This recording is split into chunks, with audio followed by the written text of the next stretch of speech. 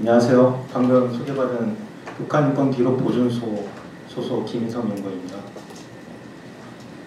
저는 오늘 북한의 교화소 운영체계와 인권 실태에 대해 발표를 하겠는데요. 앞에 그 구금시설을 같이 공동 연구해 주신 구현장 선생님이 책임 연구원이셨고 또 네 군데의 구금시설을 정리하시다 보니까 내용을 줄이고 다 못 줄이셔서 좀 시간이 오버되신 것 같은데요. 저는 교화소 한 곳을 발표하기 때문에 제가 시간을 좀 더 단축을 해서 뒤에 분께 시간을 좀 더 확보하는 식으로 하도록 하겠습니다. 네, 먼저 발표에 앞서서 오늘 김상원 이사장님께 헌정하는 이 책의 공동 저자로 이렇게 참여할 수 있게 되어서 개인적으로 큰 영광으로 생각하고요. 먼저 교화소는 저희 한국에서의 교도소와 같은 시설입니다. 지금 이 자리에는 과거 한국 민주학생운동으로 교도소 신세를 지신 분이 몇 분 계신 걸로 알고 있는데요. 저도 이 교화소 책을 쓰면서 인터뷰를 진행하고 문헌 자료를 참고를 해도 좀 약간 아쉬워지는 부분이 제가 교도소 경험이 없다는 그런 게 있어가지고요. 하지만 이 경험자분들 17분과 인터뷰를 하다 보니까 어떤 느낌을 조금씩 받을 수 있었고, 그게 진행을 이제 계속 했을 때 막바지에 이르러서는 하나의 이미지가 생겼는데요. 그게 바로 저희 보시는 그림과도 같은 저 그림이 지금 얼어붙은 유리를 형성한 그림입니다. 저희가 흔히 모든 일에 대해서 굉장히 조바심을 느끼고 그리고 조심조심하는 상황을 살얼음을 걷는 것 같다라고 이렇게 표현을 하는데요. 제가 느끼기에는 교화소에 계셨던 분들은 하루하루는 저런 얼어붙은 유리에 더 깨지기 쉽고, 그리고 그 조각이 났을 때 더 깊게 예리하게 베일 수 있는 저런 얼음 조각을 매일 맨발로 걷는 그런 심정으로 하루하루를 보내시지 않으셨을까, 그런 느낌이 들었습니다. 그럼 본격적으로 발표를 시작하도록 하겠습니다. 제가 준비한 내용은 크게 세 가지인데요. 처음에 교화소의 현황 및 변천 과정을 보시고, 그 다음에 교화소의 전반적 운영 실태, 교화소에서 어떤 생활을 하고 계시는지를 보도록 하겠습니다. 그리고 마지막으로 교화소에서의 인권 실태인데요. 이건 앞서 구현자 연구원님께서 정리를 해주셨지만, 저는 특별히 교화소에서만 일어날 수 있는 인권 침해의 유형에 대해서 설명을 하도록 하겠습니다. 교화소의 정의는 북한 조선말 대사전에 보면은 국가와 인민 앞에 죄를 짓고 징역형을 받는 자들을 구금하고 교양하는 것 또는 그 시설로 되어 있는데요. 교화의 그런 근본 취지는 죄를 지은 자들한테 육체적으로 굉장히 괴로운 노동을 가하고, 그리고 사상투쟁과 학습을 통해서 새 사람으로 거듭난다고 하는데요. 제가 알아본 바로는 노동의 강도가 너무 강하고, 그리고 그 안에서의 생활 환경이 굉장히 열악하고, 또 그런 교육이라는 게 김일성 김정일 부자의 그런 혁명 역사 같은 별 도움이 안 되는 그런 교육을 시키고 있기 때문에 저 근본 취지하고는 전혀 맞지 않다, 이렇게 말씀드리고 싶습니다. 교화소의 종류를 보시면은 일반 교화소, 정치범 교화소, 군인 교화소가 있는데요. 일반 교화소는 말 그대로 형사죄를 지은 일반 사범이 가는 곳입니다. 살인죄가 있을 수도 있겠고요. 사기, 협작 이런 게 있을 수 있겠죠. 그리고 정치범 교화소는 저게 좀 논란이 있을 수 있는 부분인데요. 95년 MST가 평양을 방문했을 때 북한 당국에서 우리는 240명의 정치적 범죄를 지은 자들을 수감하는 형산 교화소에 라는 곳이 있다, 이렇게 했는데, 저희가 볼 때는 저 교화소의 운영 형태가 일반 교화소와 같기 때문에 정치범 수용소를 붙일 수 없을 것 같고, 오히려 교화소로 알려져 있는 수성교화소는 한번 들어가면 나올 수 없는 종신이기 때문에 지금 교화소지만 정치범 수용소와 같다, 이렇게 보시면 됩니다.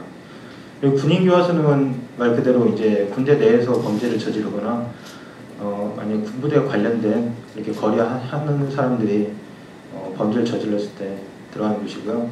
이런 교화형을 받을 수 있는 범죄 유형은 7가지 유형에, 그리고 총 200개가 넘는 항목이 있는데요. 저 빨간색으로 표시된 부분은 유기와 무기 교화형 둘 다 처해질 수 있는 범죄입니다. 나머지 부분은 유기 교화형이 처해질 수 있는데, 유기는 북한에서는 1년에서 15년 이렇게 교화를 하고 15년은 이제 만기형을 만타쿠라고 부르고 있습니다. 다음으로 교화소 운영 현황 및 변천 과정을 보시면요. 북한의 교화소 저희가 파악된 바로는 23곳이 존재하는 걸로 그렇게 파악이 되는데요.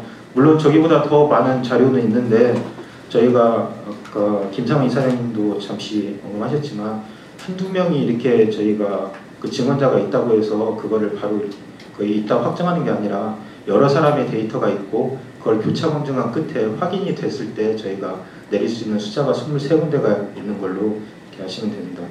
북한 당국이 인정하는 교화소는 그러나 3군데밖에 없고요. 이것도 역시 MST가 왔을 때 앞서 말씀드린 형산 교화소와 사립 그리고 신의주 부근 한 군데는 밝히지 나와 있지 않습니다. 교화소는 일반적으로 정권 수립 시기부터 존재했을 것으로 추정이 되는데요. 왜냐하면 어떤 정권이든 그 사회를 질서를 유지하기 위해서는 범죄자들을 수감하는 곳이 반드시 필요하기 때문입니다. 교화소는 또 탄광이나 군수 공장에 밀접한 곳에 있는데요. 이를 통해서 그 수감자들의 노동력을 착취하기 위한 그런 목적이 있지 않았나 생각됩니다. 그리고 교화소의 특징 변천 과정 중에 90년대 때부터 좀 변화가 있는데요. 고난행군 이후에 그 도각제로 그 수감되는 숫자가 급증을 하게 되면서 교화소를 신설하거나 증설을 하게 됩니다.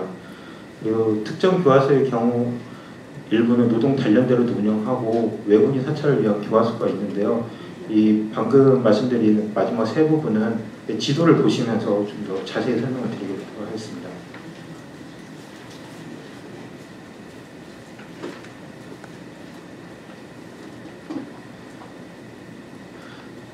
네, 지금 교화소가 표시되어 있는 지도인데요. 이 중에서 지금 빨간색 동그라미로 보실 수 있는 이 교화소는 특히 탈북자분들이 많이 가는 교화소고요. 그리고 다른 교화소에 비해 규모가 크고 잘 알려져 있어서 지금 교화소 23곳을 다 설명해 드리고 싶지만 시간 제약도 있고 그리고 저희 받아보신 책자를 참고하시면 될 것 같고요. 지금 오늘은 6군데에 대해 설명을 하겠습니다. 먼저 전거리 교화소를 보시면요. 전거리 교화소는 그 교화소 이야기 리준하 씨가 책으로 자세히 밝혀주셨는데요. 그 70년대 때 22호 청년 교양소로 신설이 돼서 80년대 12호 교화소로 변경이 됐습니다. 그래서 2007년 7월 본선의 여자 교화소가 그 남자 교화소를 고쳐가지고 쓰다가 그것마저도 이제 감당하기 힘드니까 그때부터 짓기 시작해서 2009년 9월에 본소 담장밖에 건물을 하나 만들었다고 합니다. 그래서 그 총 1에서 5과로 구성되어 있고요. 보통 교화소의 한 개 과는 10개 반으로 구성이 되어 있는데 한 개 반은 주로 60명에서 100명이 수감이 되어 있습니다. 그래서 지금 1과고 전거리 교화소 1과고 3과가 본소에 있고 3과는 여적과고 나머지 과는 본소에서 몇 킬로 정도 떨어진 곳에 있어서 그 전거리 교화소는 특징이 주로 동을 생산하고 있고요. 그리고 감자를 많이 생산하고 있습니다. 그리고 특이한 점으로 지금 여자 교화소가 신설이 되면서 수출반이 이렇게 신설이 됐는데요. 거기서 여자들이 그 가발하고 속눈썹을 만들고 있는데 이 노동 강도가 굉장히 강하고 그 밤에 불빛도 좋지 않은 데서 가발 같은 거 만들 때는 머리카락 하나하나를 심어야 되기 때문에 굉장히 어렵지 않습니까? 그래서 시력을 많이 잃어버리시는 그 안타까움이 있는데 그런 수출에 관한 거를 명백히 밝혀내서 그런 행태가 없어지도록 해야 될 것 같습니다. 현재 한 3,000명 정도가 수감되어 있는 걸로 추정이 되고 있습니다. 네, 다음으로 개천 교화소에 대해 보시겠는데요. 개천 교화소는 그 이순옥 씨나 그 지혜남 씨가 책을 통해서 밝혀주셨고, 그리고 저희 이제 데이터를 통해서 살펴본 바로는 그 남신의주 씨의 교화소 원래 보이부 숙이었는데 82년 3월에 개천으로 옮겨오면서 보안성으로 바뀌었다고 합니다. 그리고 여기는 기본적으로 그 정거리보다 좀 더 그 수출과 공산품 생산과 수출의 목적을 둔 그런 교화소인데요. 여러 가지 제품을 만들고 있는데 재화나 그런 뭐 옷 같은 것도 만들고 뭐 탁상 테이블도 이런 걸 만들고 있고요. 재단을 하고 있고 그 밖에 이제 탄광과 농장이 있습니다.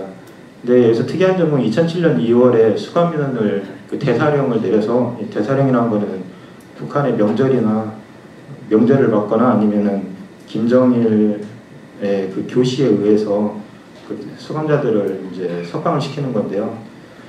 그러면서 그때 여자분들이 대거 석방이 되고 일부 100명에서 200명 정도만, 그러니까 5년, 10년 이상 오래된 분만 남아있고 나머지는 그 증산교화소로 옮겨갔다고 했는데요. 근데 그때 그러면서 수출에 관한 거를 많이 없앤 것 같은데 그 수출 공장을 왜 축소했는지에 대해서는 좀 더 추적이 필요할 것 같습니다. 이게 통로를 통해서 그 수출길을 막힌 건지 아니면 생산성이 없어져서 그런 건지. 근데 그 불행이라고 해야 될지 모르겠지만 증산으로 옮겨가신 분들은 새로운 환경 그리고 증산이 더 열악하기 때문에 그쪽에 가신 분들은 적응하지 못하고 많이 사망을 했다는 그 안타까운 증언이 있었습니다. 현재 한 2,000여 명 정도가 수감된 걸로 추정이 되고 있습니다.